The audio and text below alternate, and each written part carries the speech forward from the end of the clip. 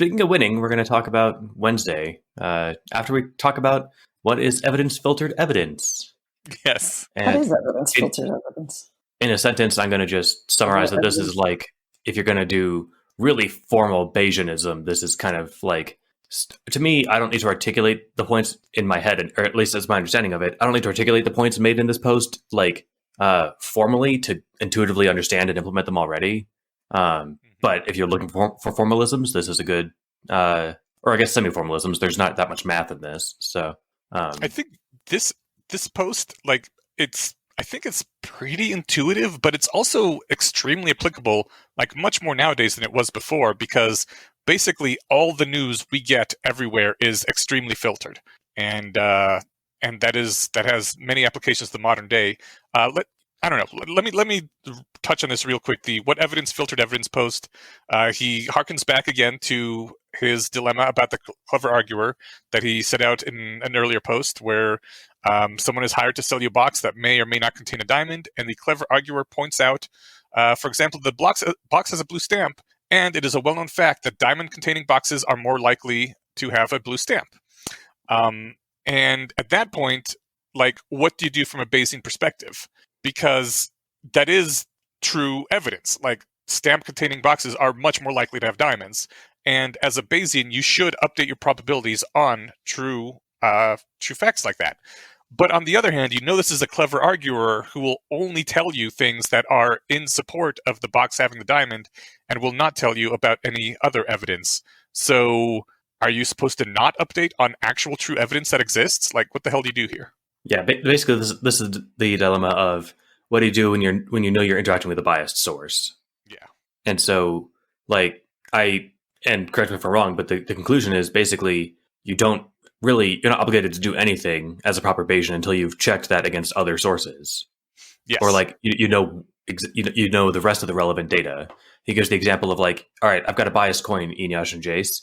It's either 2/3 biased heads or 2/3 biased tails, and I flip it 10 times, and I tell you that on the 4th flip, the 6th flip, and the 9th flip, it came up heads. What is your posterior probability that the coin is heads based? Well, the answer is fuck you, right? Yeah. If you had made a pre-commitment to always report the 4th, 6th, and 9th flips regardless, then this is a good evidence that it is in fact heads based. But if your commitment is to only report the flips that come up heads, then this is actually evidence that it's tails based, because that would mean that all the other flips were tails. And if you don't know which way I pre-committed to, it means that you can't make an informed update. Yeah. So, sorry, go ahead. Oh, okay, well, I was going to say that it's really cool. At this point, he brings up the Monty Hall problem again, which, for people who don't know, there was an old game show where there's 3 doors. The contestant picks a door, and behind one of the doors is $10,000, and the other 2 are empty. And then the host goes and opens one of the other 2 doors, and the door that the host opens will always be one of the empty ones. And the question is then, should the guests switch doors, or should the guests stay on the door that they already picked before? And the intuitive answer is it doesn't matter because they got a 50-50 shot. The actual correct answer is they should always switch doors, because then they will get it 2/3 of the time. And the reason for that is exactly because of this, because the host is a biased source, and like the biased source that will only report on heads, you know that the other 7 flips are tails, so it's actually biased tails. This is the same kind of thing where the fact that the host opened that door changes the probabilities, and you should switch doors. Right. And like, it's sometimes, and at least for me at the beginning, when I first heard this like a decade ago, it wasn't intuitive. Oh, not at all. There are so many arguments about this thing. Well, I think for me, what really settled it is like, all right, picture 1,000 doors, and behind one of them contains $10,000, the rest contain nothing. So I pick door 100. The host opens all the other doors except one, and they're all empty. I'm like, okay, well, what are the odds that the one I picked had the $10,000? It was 1 in 1,000. But now that I know all the other doors are empty, it seems to indicate that the one he didn't open. Yeah. So it's a much better chance that it's the new door. So or the remaining door rather. There's an admonition here, right? There's an admonition here not to use the evidence filtering as a fully general counter argument, like we've talked about before. That's just like the tool you can whip out the inappropriate tool you can whip out and say, I notice your bias. I get to disregard what you're saying. Like, that's not how this works. That's not really any. And so this isn't the only fully general counter argument, but those sorts of things are things you have to be careful of, lest you find just enough tools to never change your mind. I like what he says here. Do you mind if I quote it exactly? Yes. You do I'm mind? kidding. Go. Yeah, Okay. I know. I'm joking. Come on. So, okay, all right. I don't know. Maybe you're like, oh man, I was trying to get through this now. I should slow this down You're again. good. SOB. Okay, so yeah, he's saying people will say that argument was filtered, therefore I can ignore it. What he says is, if you're ticked off by a contrary argument, then you are familiar with the case and care enough to take sides. You probably already know your own side's strongest arguments. You have no reason to infer from a contrary argument the existence of new favorable signs and portents which you have not yet seen. So you're left with the uncomfortable facts themselves. So, yeah, the other side's argument is filtered, but you already have all the filtered pro arguments. So don't just discount the other side. Right. And, man, this sounds kind of appropriate for now, right now, doesn't it? Yes. But yeah, I mean, it's just the idea that, like, I think everyone knows this on some level. You go to a used car lot, the car salesman's trying to sell you a car, and they're not going to talk down the car that they're selling you. They're going to talk it up if they think you might buy it. They're not going to tell you all the reasons you shouldn't buy it. So that's why you listen to their spiel, and then you go to your phone and Google the make and model and see if there's any, common problems with this vehicle. I think people know that just because they've been told it so many times, though. Like, people still trust a lot of their own media sources, even though that is the worst person to trust, as they have the most filters. Oh, that's what I'm saying, is that people know about this problem in certain areas. The technique is applying it broadly. Oh, okay. Yeah. Otherwise, you're just leaving yourself open to be manipulated by used car salespeople. Jeez, you're saying? Huh? Oh, I thought you had something. No, I was just making it. I don't know. Okay. Don't worry about it. I do love the dig he gets in on creationism at the very end, because lest we forget, this was written back in the mid-2000s when creationism and the religion debates were still sort of a thing. Yeah, that was like during the heyday of like new atheism.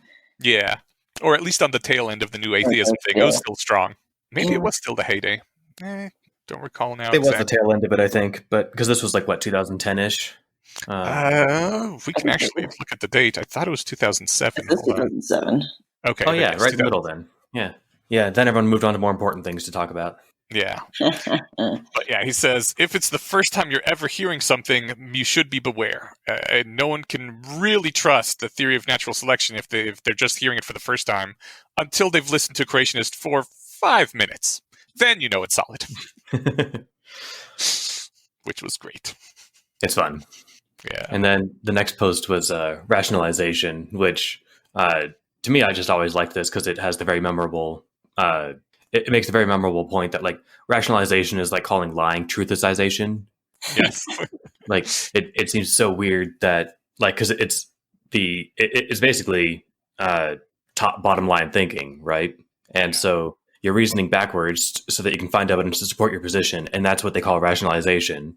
And that's not, like, close to what rationality is, the root of rationalization, or the root word of. And so it bears as much a resemblance as lying does to telling the truth. Yeah, that the curious inquirer writes down all the signs and portents on the box, and that's rationality, whereas the clever arguer first writes down box B contains a diamond, then goes looking for evidence, and that's known as rationalization. And basically the entire post is saying, this is a stupid word, I hate this word. Why did they make such a stupid word that sounds just like rationality when it's the exact opposite? Yeah, can I pull a quote? Yes. To improve our beliefs, we must necessarily change our beliefs. Rationality is the operation we use to obtain more accuracy for our beliefs by changing them. Rationalization operates to fix beliefs in place. It would better be named anti-rationality, both for its pragmatic results and for its reversed algorithm. Yeah, on that reversed algorithm thing, that's a thing he touched on a couple times in that post, so figure we should probably mention it. Maybe it'll come back in the future. He says a few times that rationality is the forward flow that gathers evidence, weighs it, and then outputs a conclusion, whereas rationalization is a backwards flow from conclusion to selecting evidence. So, yeah. Yeah, I mean, like, and it's easy enough to rationalize. Like I almost had an example of this last week, and then there's a couple. I mean, that's what I like about this is you don't have to be a perfect Bayesian in a box. Like you can put your confusion out to trusted sources, and then like heavily update on that, and just throw out what you were trying to rationalize yourself into. And this is a very modest example. I bought some ground up turkey meat that I had in the freezer for I don't know, a couple 3 weeks, and it says use or freeze by a date that was a few days past, but it had been in the freezer for a few weeks. Right? Right. And yet it looked kind of gray, like a patch of it on the top. Right, Like that's oxidization. That's what? That's oxidization. Like So it when was an still good. apple turns a little bit of brown. Yeah, it's still good.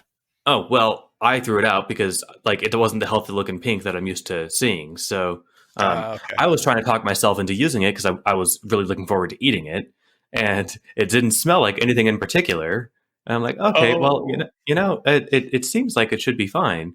And then my wife, like, as I was showing her, I was like, all right, like, what should I do here? She's like, well, if we're not sure, let's just toss it out. It's only like $4. I'm like, yeah, all right, that's fair. Yeah. So If I it's was only trying to $4. rationalize myself into eating the thing I wanted to eat, knowing that I had a non-negligible probability that it might be poisonous. Yeah, I But think now I have new evidence that just means that it's oxidized for some reason. Like even though it's in an airtight container that was just in the freezer. Yeah, the little bit of air that got stuck in with the packaging. Very some stuff well. will change color when it freezes, but yeah, like it's probably a good heuristic if in doubt, throw it out. Yeah. I mean, you took the safe option, definitely. Well, but now that I know if it's just a smidgeling gray, I can still eat it. I'll try that, and if I get poisoned, I'll complain to you. Okay. You might be able just to cut off that little gray part. I thought about that, and yet, like, I had this before where, like, a few years ago, I had, like, a thing of bagels, and, like, only the bottom bagel had mold on it. But I'm like, I'm not going to eat, like, the top two bagels that are left, just if I remove them from the thing that has mold, because, like, there's no way that the mold hasn't moved through the whole thing. It just hasn't grown a colony on these two bagels yet. Dark mold sends like little roots through your bread. Yeah, I wasn't about to. Well, these were distinct bagels. They were what? But they were distinct bagels. But like they were still in the same container. Oh, okay. Like they were in discrete containers. No, they were in one sleeve, but they were like they weren't one piece of bread. They were. Yeah. No, I know. Like, sorry, that was just confusing. No, you're good. I just didn't want to fuck with it. Yeah. So anyway. The main thing I know about mold is that it'll turn your bagels into bagel-eating monstrosities, and you want to put them down fast. But with Sounds cheese, about right. You can cut a moldy part off of, I think, most cheeses and continue with the rest because it doesn't send the little roots through it. It's just got the one spot. Cheese is like mold. Cheese is weird for lots of reasons. Yeah. Yeah. Cheese basically is mold anyway. Exactly. It's like, here, this is like the sticky stuff that you get when you let cow juice sit out for too long. Enjoy. Yeah, not a good sales pitch. So the first person to eat cheese must have been really hungry. That's probably the case for pretty much everything that anyone's eaten for the first time. We humans make a lot of weird, like, fermented foods. Actually, speaking of Gray, I went and really cooked food at his place, and he asked if I could stop at the Spanish market and get maranga sausage, which is this, like, gross-looking blood sausage. And I was just like, I wonder, like, what was going on in the head of, like, the first human that was like, hey, I think, it would be cool, let's get some blood and offal and, like, wrap it up in some intestine and then just leave it for a while. What they were probably thinking is like, oh god, here's some food I wrapped up and left for a while, but if I don't eat something, I'm going to die soon. Yeah. Have you, speaking of that, have you guys ever tried nature balls? That's not the actual term. It's what I call. I was going to say, like, if I was feeling more awake, I would have thought of a great joke to throw in there, but no. It's what I call like little berries and just brightly colored balls that you find out in nature growing on bushes. Like I oftentimes when I'm out hiking, there's little nature balls on bushes and stuff, and I'll pick them. You're just eating random berries. I mean, I don't eat it. I take it and I put it in my mouth and just kind of break one or two with my teeth, and I taste it. And if it's bad, I spit it out. And if it's good, I also spit it out. But like, I think this is the process for like finding what things you can eat. You just try a tiny bit, and if it's bad, you stop. And if it's not bad, maybe you swallow, but you wait like a day afterwards to see if you get sick, and you experiment from there. There's probably a procedure for this thing. Like that. That's the. Some berries are poisonous. Yeah, I know, but I figure like a 200-pound person, if you eat one berry, Yeah, then it I might mean- make you sick, but it's not going to kill you. And then when you get sick, you know not to eat it. Just don't do that with mushrooms. Are mushrooms extremely poisonous in Mus- tiny doses?